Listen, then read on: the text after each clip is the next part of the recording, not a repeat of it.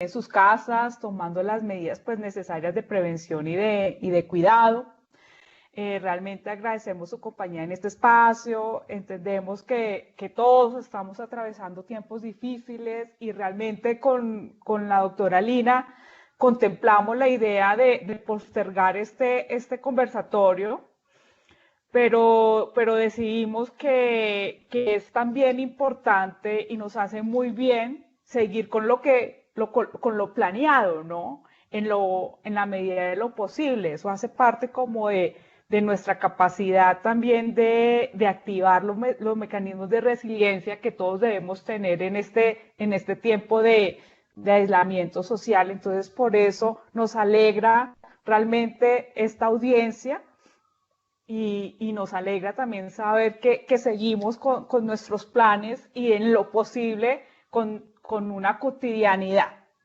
Bueno, antes de dar inicio a la sesión de hoy, pues voy a hacer algunos mensajitos. Primero que todo, que vamos a grabar. Wendy, por favor, ayúdame con eso para poder tener el material disponible para quienes no pudieron unirse o quien quisiera después volver a trabajar con este material.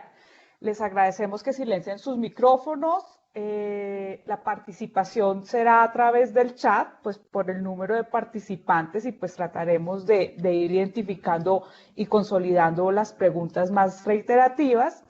Y si hay alguna dificultad de sonido, mis colegas Wendy y Natalia estarán apoyando bilateralmente.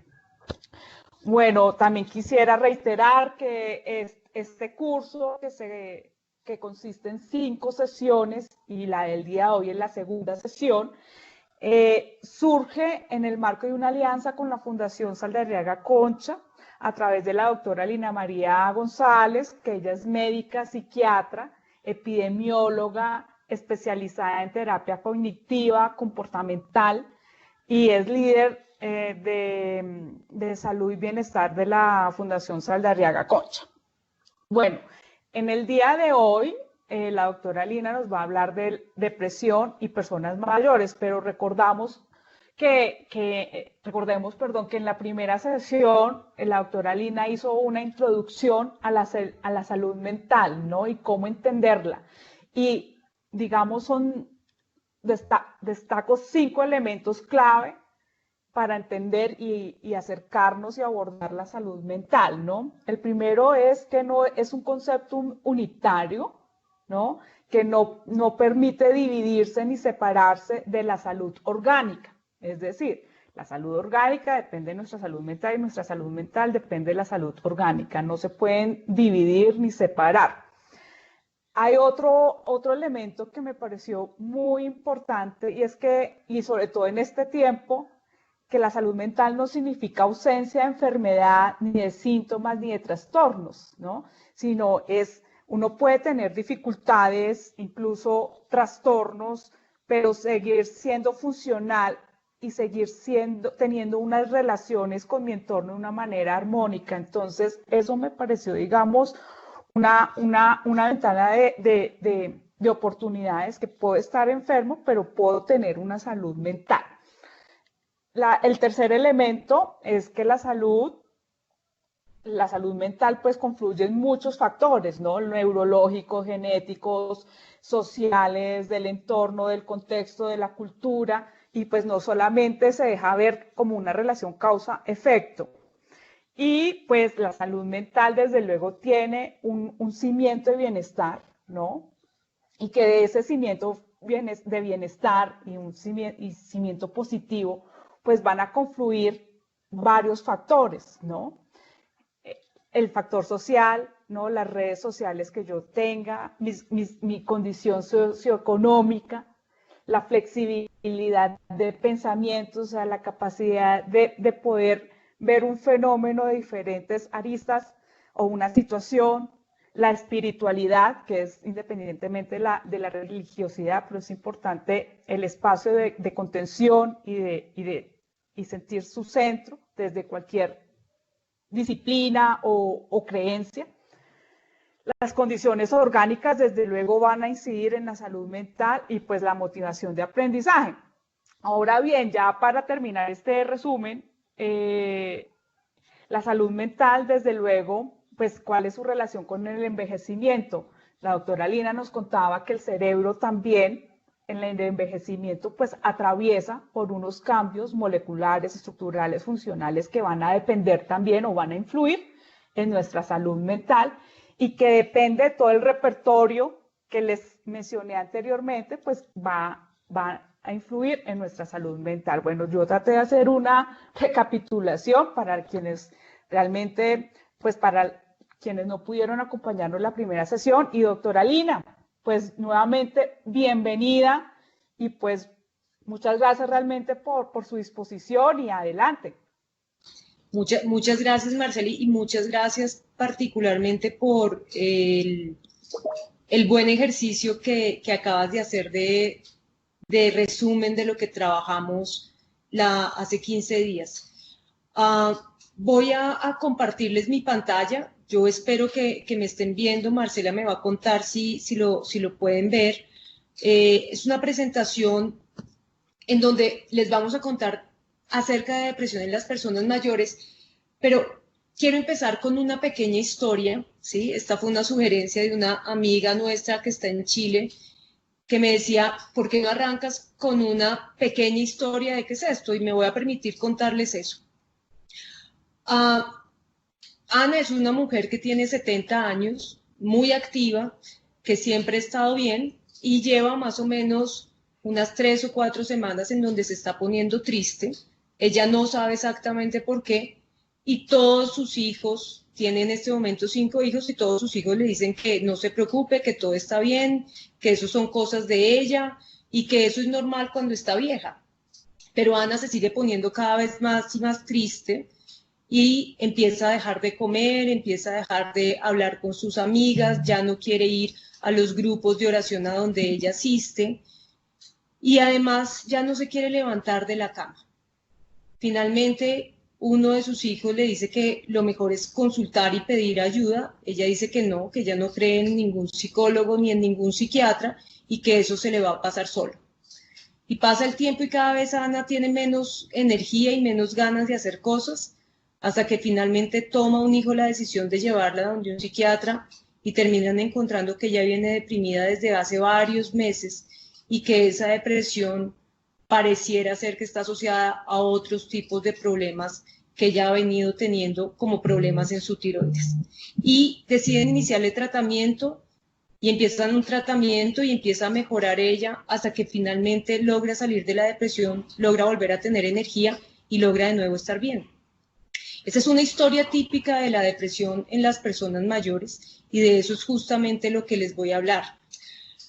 Cuando uno habla de depresión en personas mayores, no puede perder de vista primero saber qué es depresión, por qué se da la depresión, cuáles son esas causas, qué tantas personas tienen depresión en el mundo y qué pasa, y ahí sí nos vamos a enfocar mucho más en la depresión en las personas mayores, pero vamos a ver que en general el contexto es bastante similar con unas particularidades que ocurren en las personas mayores.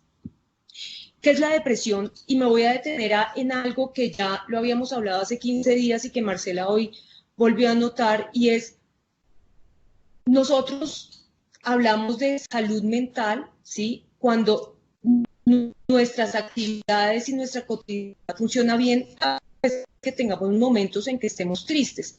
Y quiero detenerme en eso especialmente para decirles que estar tristes es normal. Es normal que haya días que lloremos, que estemos bajitos de ánimo, eso es normal.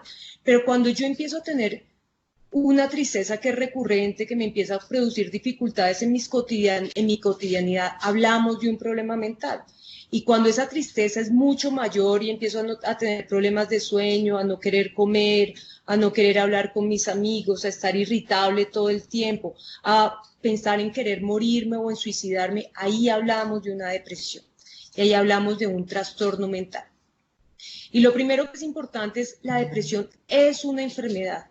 Y quiero subrayar esto y dejarlo en negrillas, y es depresión no es que queramos estar deprimidos, y ahorita vamos a hablar un poquito más de eso.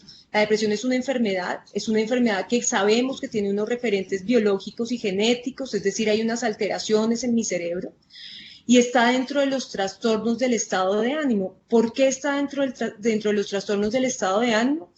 Porque particularmente lo que más se afecta es justamente el ánimo, pero no quiere decir que los otros elementos, como son el pensamiento, el lenguaje, mi conducta, ¿sí?, no estén alterados, pero el punto más importante termina siendo el ánimo en particular. Lo segundo importante es que requerimos por lo menos 2 semanas de síntomas progresivos, y en esos síntomas progresivos vamos a encontrar no solamente la tristeza, sino alteraciones en otras áreas de la vida. Y vamos a encontrar particularmente un estado de ánimo deprimido gran parte del día. ¿Qué experimentan las personas que tienen depresión? Uno, una presencia de tristeza que no cambia a pesar de las circunstancias, es decir, yo puedo tener una situación de pérdida de un ser querido, estoy triste, pero ya pasa el tiempo y me voy sintiendo mejor. Y eso hace que yo pueda pensar que era una tristeza asociada a un duelo, o perdí mi empleo o peleé con mi novio, y la tristeza mejora en la medida en que yo voy, en que recupere el empleo, en que, por ejemplo, tenga de nuevo novio. El otro elemento clave es un llanto sin razón aparente, ¿sí? Las personas empiezan a llorar porque sí, hay personas que le dicen a uno, mire, pasa una mosca y termino llorando. La presencia de ansiedad, de preocupación, la irritabilidad es uno de los síntomas claves en esto, y la presencia de una tensión afectiva continuamente. De otra parte, podemos encontrar cansancio y pérdida de motivación, y muchas personas lo que refieren es sentir pérdida de energía. Hay pérdida del apetito con pérdida de peso, o un incremento de apetito con ganancia de peso. Es decir, podemos ver alteraciones en la alimentación que puede ir en las dos líneas. Encontramos también pérdida de interés en las actividades normales de la vida diaria, y eso es otro de los elementos claves. Además, vemos dificultades para concentrarnos, y aquí encontramos una queja muy frecuente en las personas, y particularmente en las personas mayores, y son los olvidos frecuentes. Pero acá tenemos que tener en cuenta algo que lo voy a repetir posteriormente, y es que en la depresión esos olvidos frecuentes también nos tienen que hacer pensar en posibles deterioros cognitivos. Es decir, vamos a ver que hay una interfaz a veces entre depresión y demencia que tenemos que ser muy cuidadosos para el diagnóstico, y una dificultad para tomar decisiones. Hay presencia de pensamientos de autodesprecio, nos decimos cosas feas a nosotros mismos, no soy capaz, soy poca cosa, soy estúpido, ¿sí? Siento que la vida no tiene sentido, yo para qué estoy acá, yo no sirvo para nada. Hay muchos pensamientos de minusvalía, ¿sí? Es decir, soy menos que el resto del mundo, y todo lo que hago yo o todo lo que me gano yo es gracias a que otro me ayudó, pero no fue porque lo logré hacer. Y empezamos a encontrar alteraciones en el sueño que pueden ser desde insomnio, es decir, duermo poco, tengo dificultades para acostarme, o termino durmiendo mucho. Encontramos además desasosiego, ¿sí? Es decir, en muchas ocasiones la depresión se va de la mano con trastornos de ansiedad o con ansiedad como tal, y la presencia de actividad disminuida, es decir, incluso las podemos ver combinadas, mucha angustia, pero no me quiero levantar de la cama, ¿sí? Sentimientos de desesperación o culpa, que además son muy frecuentes. Las personas que tienen depresión viven con mucha frecuencia ideas de culpa y sentimientos de ser culpables de algo que ellos han hecho, y la presencia de pensamientos de muerte e incluso de pensamientos de suicidio. Encontramos que un porcentaje alto de las personas que se suicidan tenían una depresión de base que no fue diagnosticada o que estaba siendo manejada, y terminaron teniendo un suicidio. ¿Cómo interpreta una persona deprimida su realidad? Y esto es uno de los puntos claves, porque no todas las personas han vivido una depresión. A mí me gusta mucho comparar la depresión con el dolor de cabeza. Cuando yo le digo a alguien, oiga, tengo dolor de cabeza, la gente le dice a uno, sí, claro, pobrecita, tienes dolor de cabeza, tómate algo. Pero porque seguramente en algún momento de la vida han sentido dolor de cabeza, pero no todo el mundo ha sentido depresión. Entonces, entender a una persona deprimida a veces es difícil. Y esa interpretación de la realidad de la persona deprimida consiste en lo que se ha denominado una triada cognitiva negativa. ¿Qué es eso? Es una visión negativa de sí mismo, es decir, yo no soy suficiente, yo no soy bueno, yo no soy capaz, una triada negativa del mundo, el mundo está en contra mío, el mundo me hace daño, y una triada negativa del futuro, es decir, esto no tiene salida, no tengo cómo sacar esto adelante, el futuro es negro. Y esa foto que está ahí no la puse porque sí, sino la puse porque una de las visiones que hay en la depresión es lo que se llama visión en túnel. Todo lo veo absolutamente negro. Y esta visión en túnel es muy frecuente en las personas que tienen ideación suicida. Es decir, ya no veo salida alguna a lo que me está pasando. Y otra manera también para comprender cómo se ve o cómo se interpreta la depresión o cómo interpreta la realidad de una persona que está deprimida es imaginarnos ahora ponernos unas gafas oscuras y tener mucho sol afuera. Seguramente si les pregunto cómo están viendo el día, me van a decir, no, está oscuro, pero está oscuro porque tengo unas gafas oscuras. Y yo les puedo decir, pero mira que hay mucho sol, hagan de cuenta que no se pueden quitar las gafas. Yo les digo, pero mira, hay mucho sol, el cielo está azul, todo se ve lindo. Y ustedes me dicen, no, porque todo se ve absolutamente oscuro. Y así es como se interpreta finalmente las personas cuando están con depresión, cómo ven al mundo, ¿sí? Lo ven permanentemente oscuro. Y los síntomas entonces se pueden dividir en esos que les conté antes, pero también los podemos dividir en síntomas psicológicos, la tristeza, la ansiedad, síntomas físicos, disminución en la energía, síntomas conductuales, no quererse levantar, no quererse parar, síntomas intelectuales o cognitivos, problemas en la atención, problemas en la memoria y síntomas sociales como una tendencia a la aislamiento. Y aquí en modo de resumen, entonces encontramos tristeza, desesperanza, pesimismo, una baja autoestima, pérdida de interés o placer en actividades, incluso actividades como el sexo, disminución de la energía, fatiga, sentirnos lentos, insomnio o, como les decía, dormir mucho. Cualquiera de las dos nos puede pasar, fallas atencionales de memoria, irritabilidad, pensamientos de suicidio y alteraciones como alimentación, ¿sí? No queremos comer nada, hay pérdida de peso o estamos comiendo mucho. Cualquiera de las dos la podemos presentar. ¿Qué cree la gente acerca de la depresión? Y seguramente ahora que yo les diga, muchos de ustedes van a ver o van a reconocer cómo muchas personas ven la depresión. La gente cree que la depresión ocurre en personas débiles o demasiado sensibles, ¿sí? Es decir, tú eres demasiado sensible y por eso es que te deprimes. La depresión se cura yendo de compras o consiguiendo un novio. Los síntomas de tristeza se van a ir solos, es decir, es simplemente que tú quieras dejar de estar triste. Y esos son uno de los puntos a los cuales las personas mayores les molesta mucho, y es que les digan, pero si tú estás bien, tienes todo, tienes una buena familia, tienes recursos, ¿por qué estás triste? ¿Sí? Pues la depresión no es solamente eso. ¿Para qué hablar con un extraño? Por ejemplo, con un terapeuta, mejor hablo con un amigo. O yo siempre he sido así, mi mal genio es parte de mi forma de ser. La gente a veces que está muy deprimida o que ha tenido depresión por largo tiempo en la vida considera que eso es lo normal, vivir así. Y si digo que estoy deprimido, me van a negar un ascenso, me van a sacar del trabajo o me van a impedir estar bien o esta persona no va a querer estar conmigo. ¿Cuáles son las causas de la depresión? Como hablábamos antes y como ahorita lo volví a referir Marcela, las causas de la depresión, así como las causas de la enfermedad, son muchas. Pero en la depresión tenemos unas causas muy claras, ¿sí? Las primeras es una causa biológica.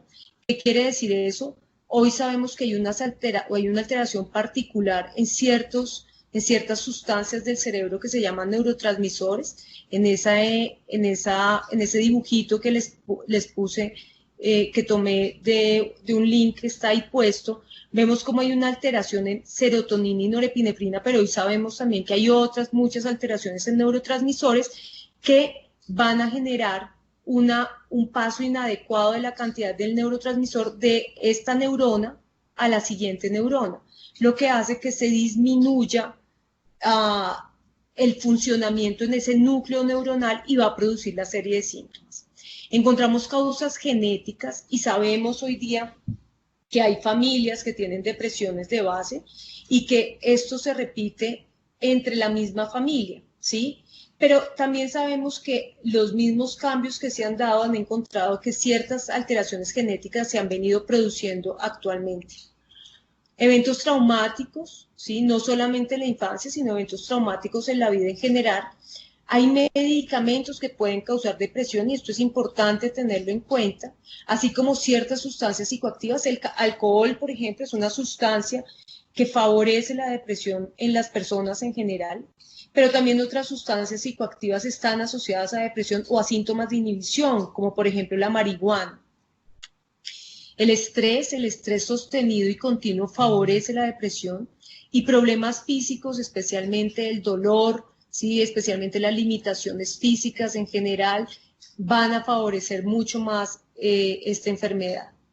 Y finalmente, la pobre nutrición, ¿sí? Las personas, por ejemplo, que hacen dietas intensas, se favorece la depresión en estas personas. Hoy sabemos, por ejemplo, que las personas que tienen anorexia nerviosa o que tienen alteraciones nutricionales favorecen tener depresión y causas hormonales ya reconocidas, ¿sí? Como alteraciones en la tiroides, ¿sí? Hipohipertiroidismo, alteraciones en el cortisol, los cambios que se dan durante la menopausia y los cambios menstruales pueden estar asociados a síntomas depresivos. Y para hablar un poquito de números, estos datos son tomados de la Organización Mundial de la Salud. La depresión hoy afecta a más de 300 millones de personas. Cada año se suicidan cerca de 800.000 personas.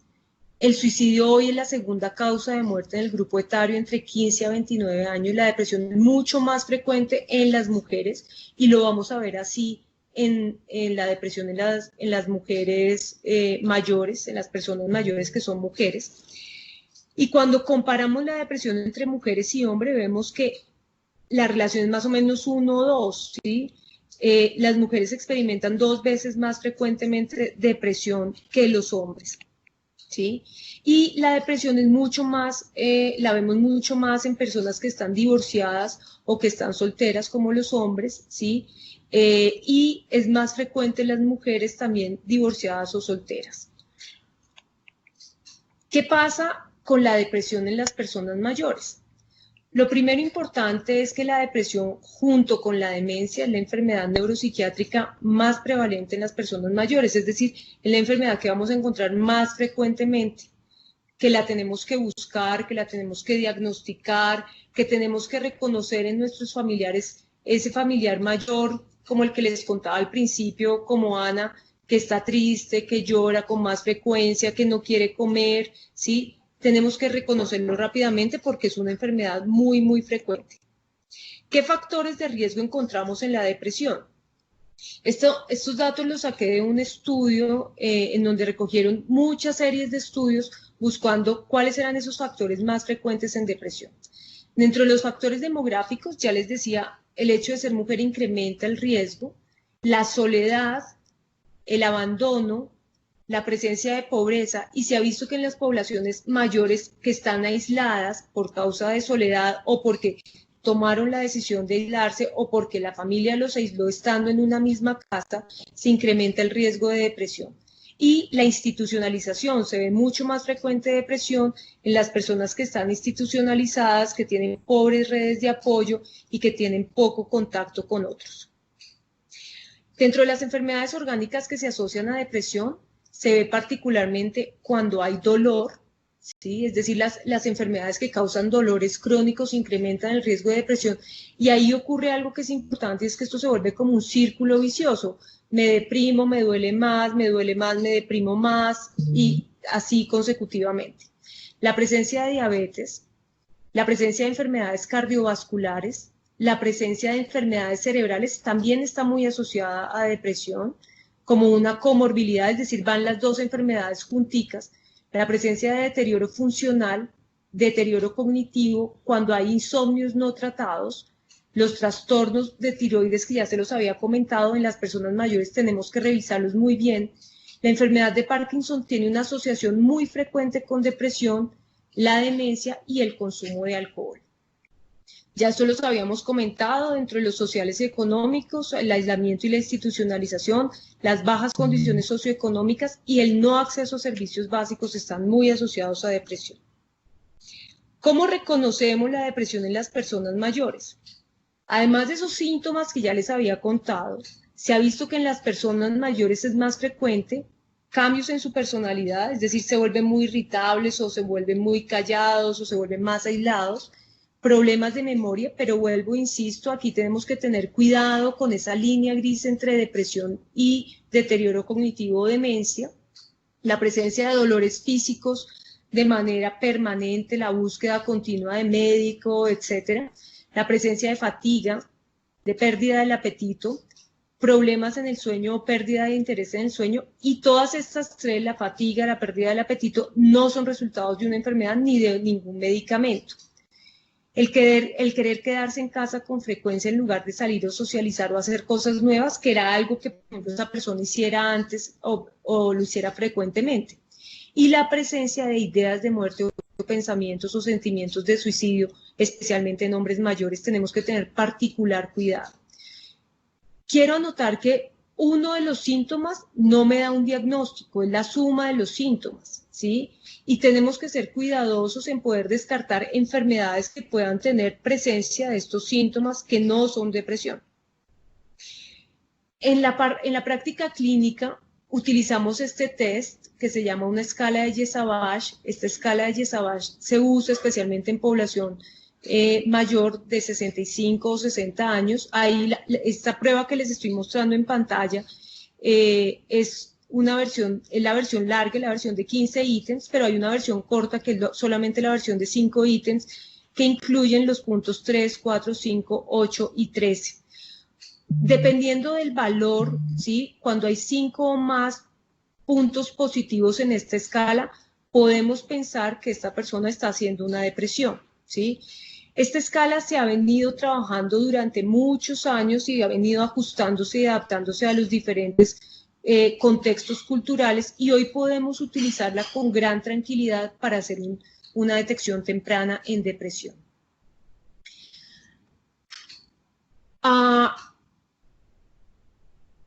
Es fundamental el diagnóstico temprano en depresión, ¿sí? Y en ese diagnóstico temprano tenemos que tener en cuenta varias cosas.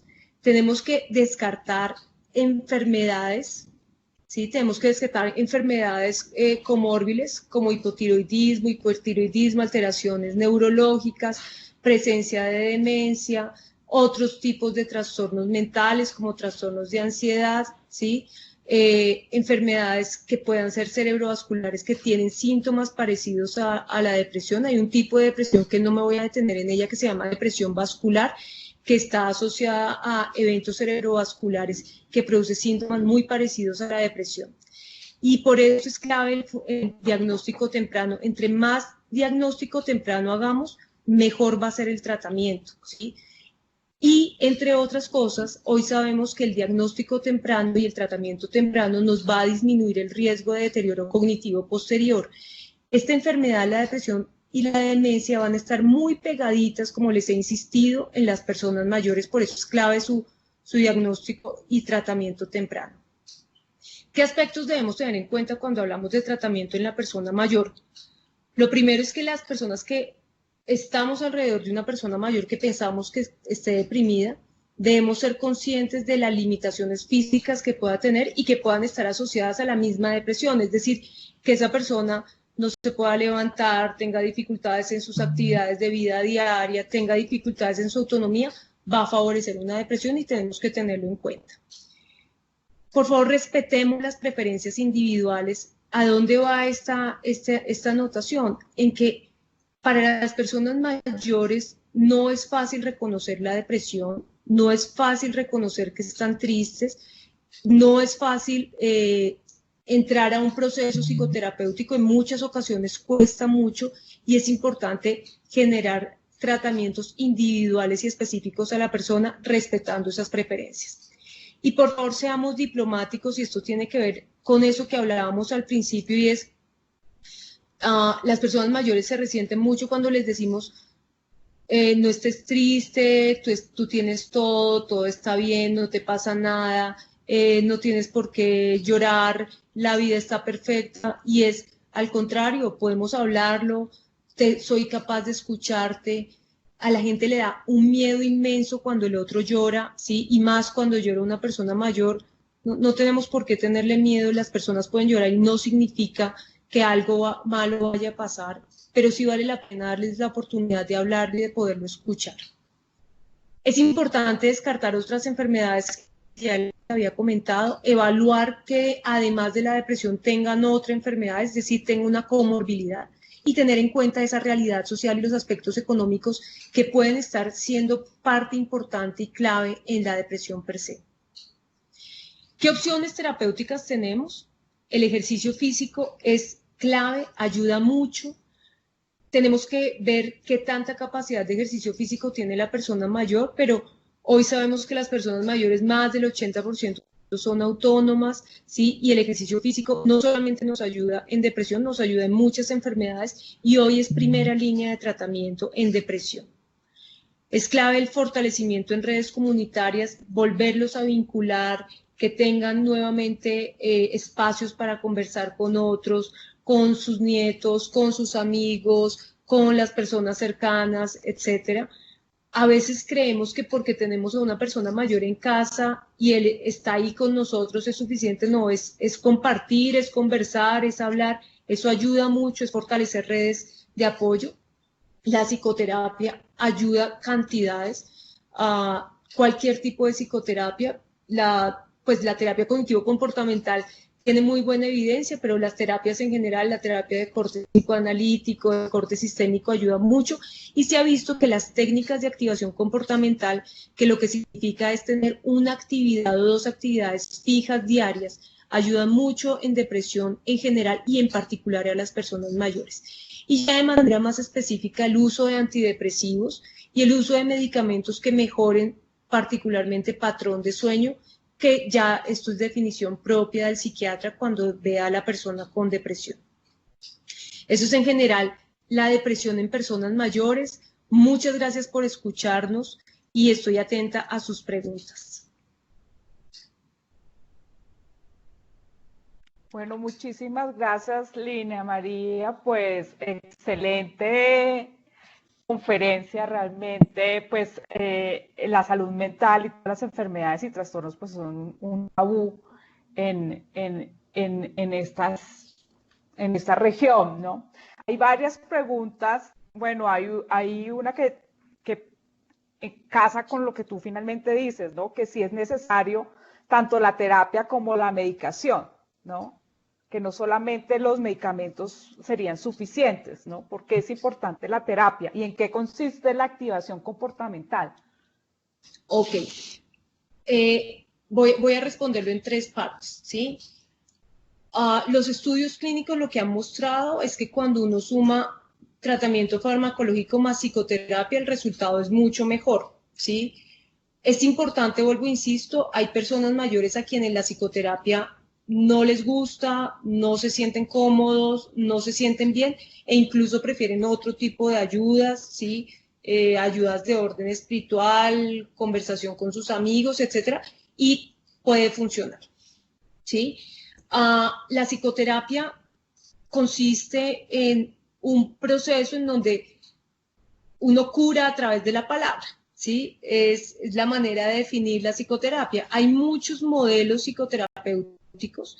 Está el modelo psicoanalítico definido desde Freud en el siglo XIX, que se ha venido desarrollando y que hoy está muy vigente. Está el modelo, la terapia cognitivo-comportamental, que nace más o menos en 1920, que se ha venido desarrollando y ampliando a lo que es hoy la terapia cognitiva.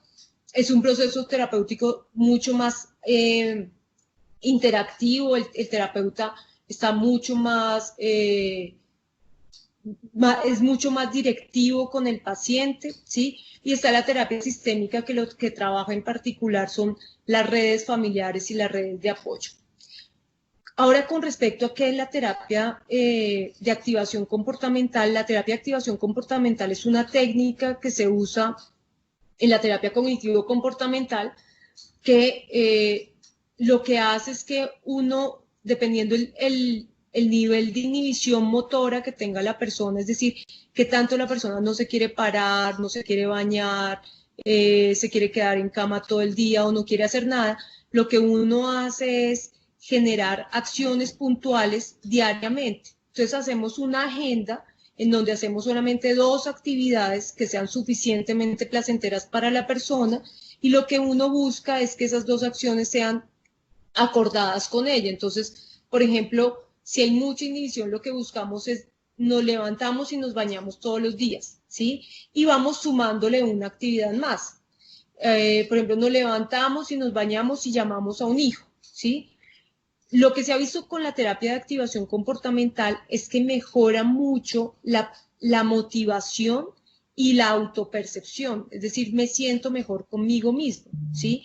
Por eso, entre otras cosas, y lo veíamos hace 15 días, si hay algo importante es poder mantener actividad en las personas mayores, actividades ocupacionales. La terapia de activación comportamental justamente va dirigida a eso, a tener actividad ocupacional que sea placentera, que genere motivación. La motivación no es que venga del cielo, la motivación nosotros la construimos en el día a día, y que le permita a la persona sentirse bien por el hecho de haber logrado cosas que previamente no estaba logrando.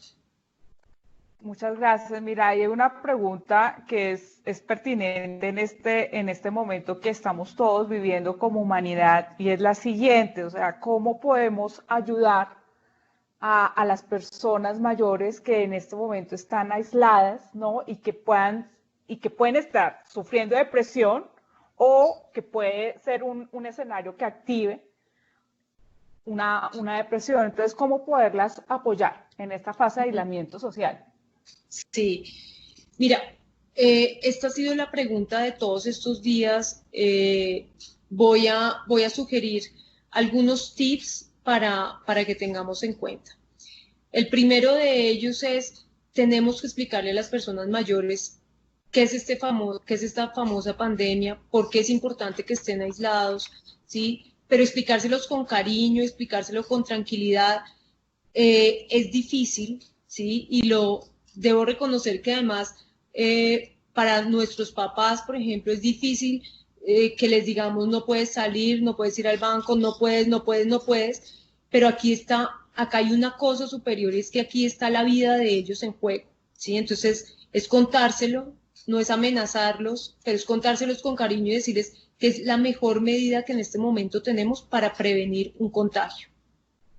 Lo segundo importante es que debemos tener actividades diariamente, ¿sí? Y en esas actividades incluye tener una agenda en el día que nos permita desde bañarnos, vestirnos, arreglarnos, hablar con los amigos, leernos un libro, vernos una serie, jugar juegos de mesa, de nuevo sacar las cartas que no habíamos vuelto a sacar para jugar, sacar ¿cómo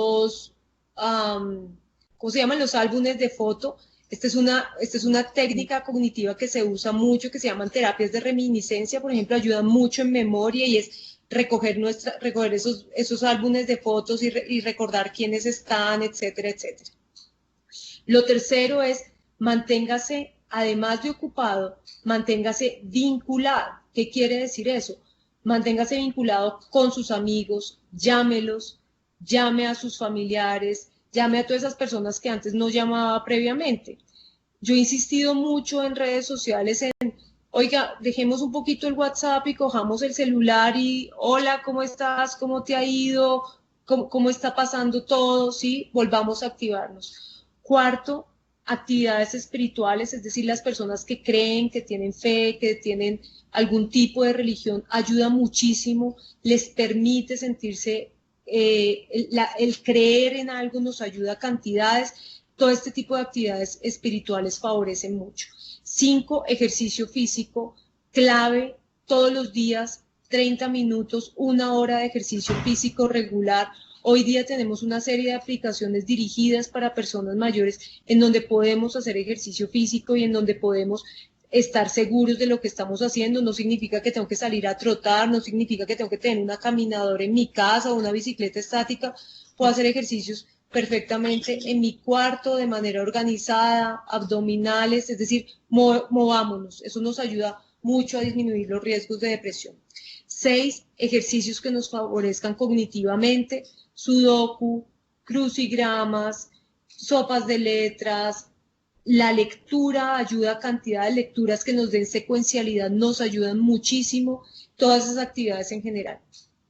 7, hagamos ejercicios de meditación, mindfulness, por ejemplo, lo podemos encontrar en redes sociales, hay unos ejercicios de mindfulness muy buenos para la población en general y para las personas mayores. Y yo sí pienso que el 8º punto y que tenemos que resaltar es el hecho de aislarnos preventivamente no significa que no podamos estar en contacto. Hoy todas estas herramientas, todas las herramientas que hay del teléfono, de escribirnos una carta, de mandarnos un mensaje, de hablarnos, pues nos tienen que acercar más cuando estamos aislados y tenemos que buscar esos espacios para reunirnos, ¿sí? Ojalá las familias grandes que puedan hacer espacios como este de reunirse vía Skype, Zoom, las personas que no tienen acceso a estas redes pero que tienen un teléfono, llamarse, tenemos que mantenernos vinculados a través de esto.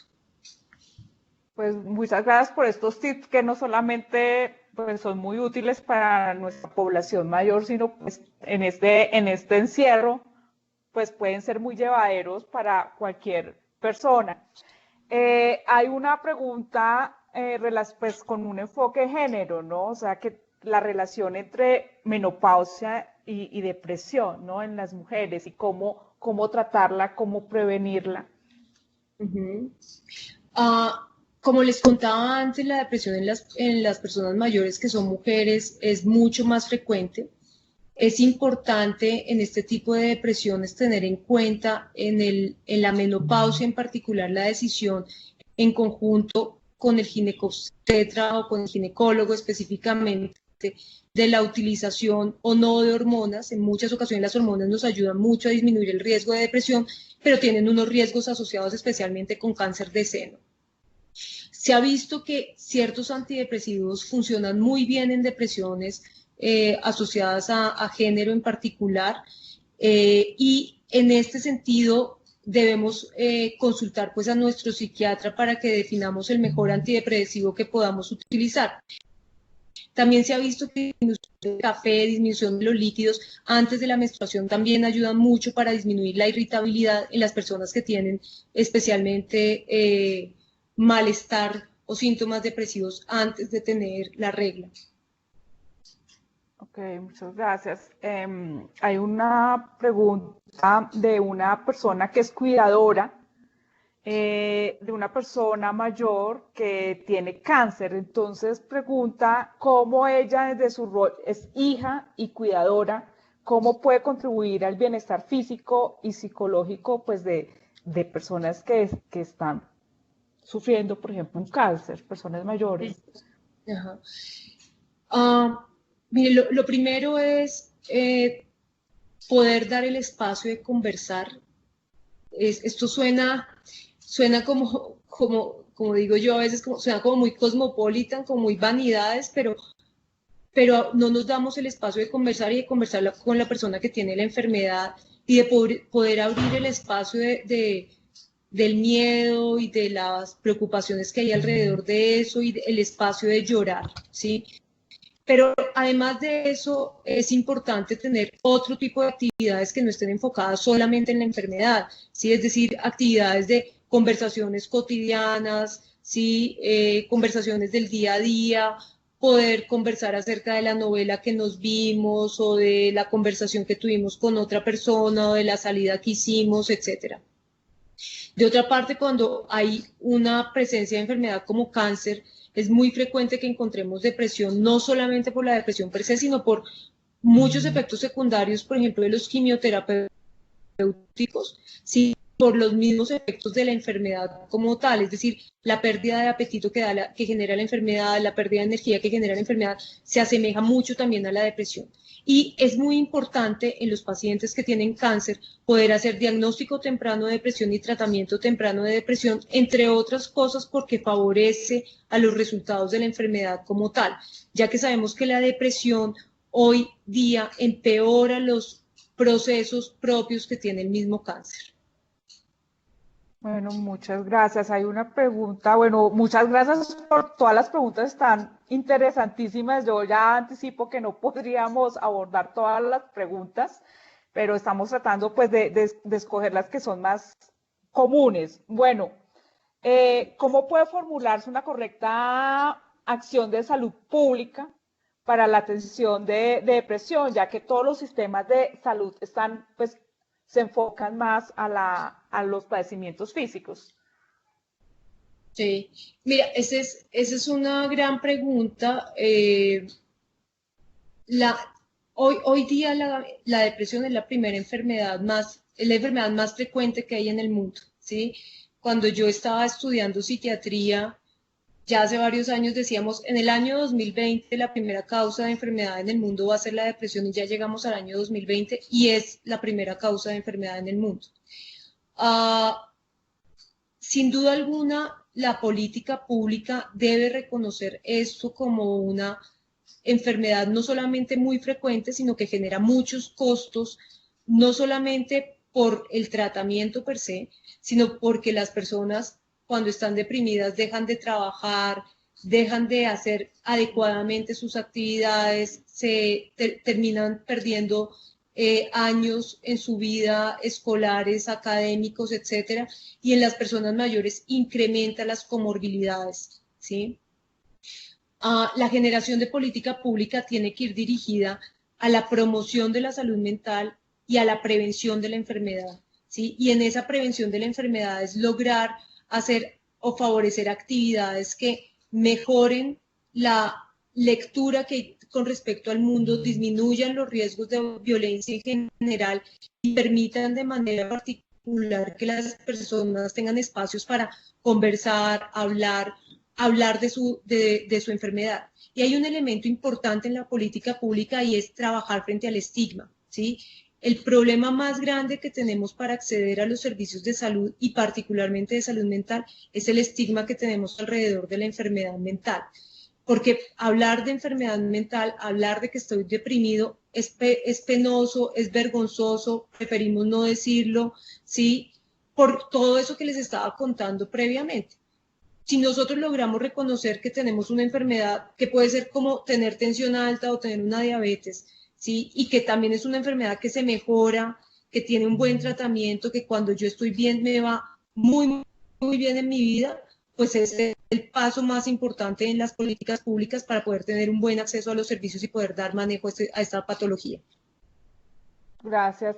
Hay solamente antes de seguir a a la siguiente pregunta, un miembro de HelpAge que se llama Rafan en Argentina, ellos están subiendo en YouTube, en su canal, ejercicios. Ellos son educadores físicos, especialistas para las personas mayores, y ellos están compartiendo en este tiempo de cuarentena ejercicios físicos que pueden hacer de una manera muy segura y confortable las personas mayores de su casa.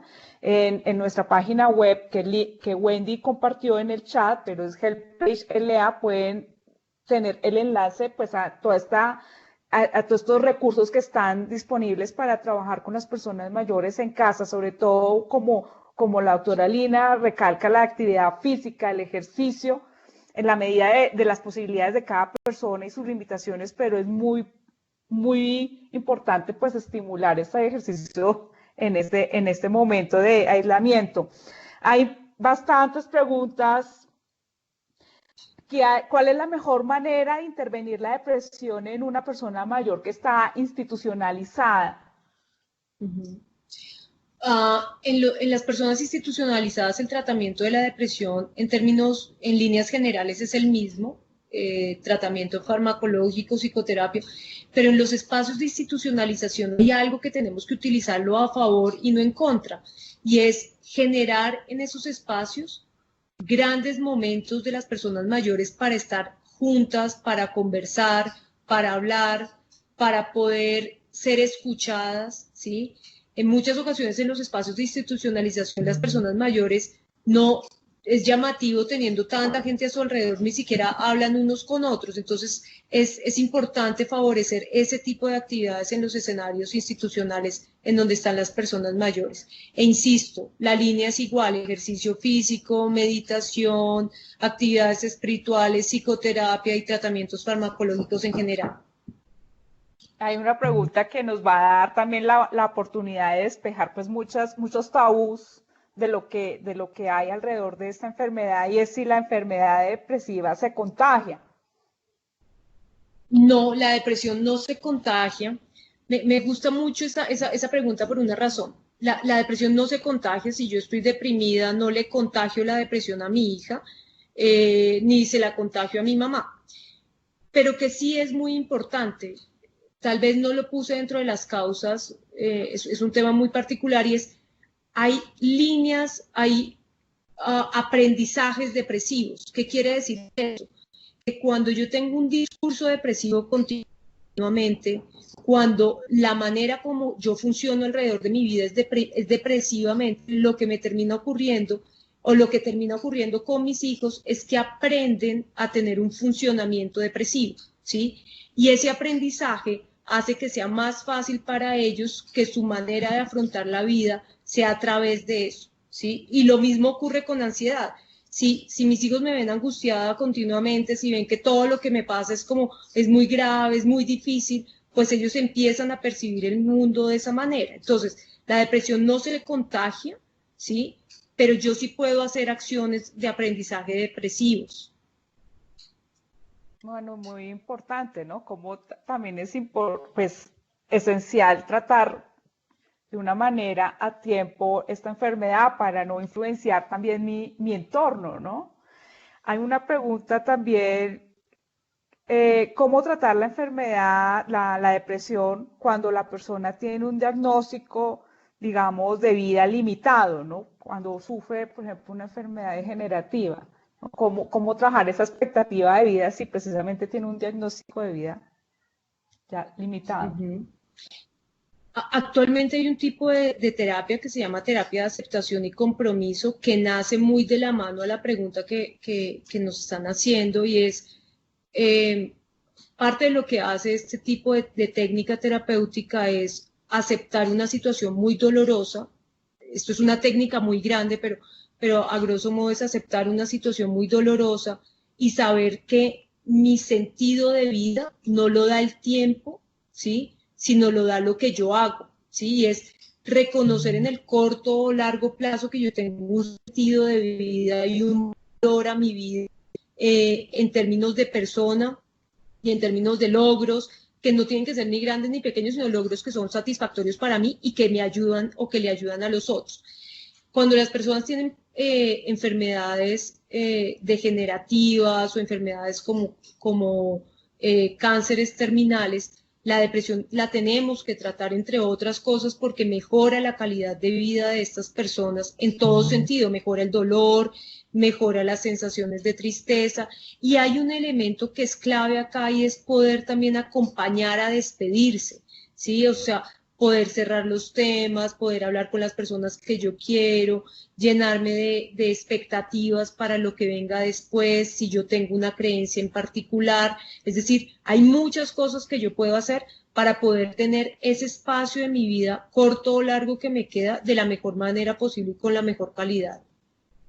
No, y como diría la doctora María Lucía Zamudio, que también hay una disciplina que son los cuidados paliativos, ¿no? Como toda una disciplina de profesionales que acompaña a construir ese sentido de la vida a personas que están en esta fase, y también todo el cuidado que podrían recibir o necesitar las personas y los cuidadores cuando son familiares. Mm, Hay una pregunta muy reiterativa es qué pasa cuando la persona mayor o no acepta que tiene depresión o rechaza el tratamiento, no quiere ayuda, como en esa fase de negación, ¿qué herramientas pueden utilizar los cuidadores y las familias? Ajá. Hay varias cosas que podemos hacer. La primera es darles permiso de no reconocerlo. A veces, no, a veces la extra insistencia lo que termina haciendo es que se vuelvan más renuentes en el reconocimiento y es como, ven, de acuerdo, puede que no la tengas y te lo respeto y te lo permito, ¿sí?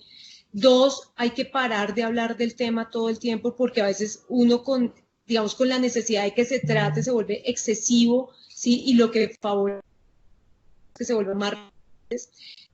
Es importante que puedan mostrarles videos, mostrarles documentación sencilla y tranquila como para contarles, mira esto que me encontré, mira lo que dice, tú qué piensas, sí, o sea, que sea a través de ellos que vayan reconociendo que esto está pasando y no, mira que estás triste, que estás llorando todo el día, que estás irritable, que nadie te soporta, entonces por eso estás deprimido, sino más bien como contarles, como, mira este documento que encontré, tú qué piensas de eso, estoy viendo esta persona, etc. Los grupos de autoayuda ayudan cantidades, muchísimo, porque cuando yo veo que eso que yo siento hay otro que también lo siente y que logró salir y que es capaz de hablarlo, me ayuda mucho para yo también poderlo conversar.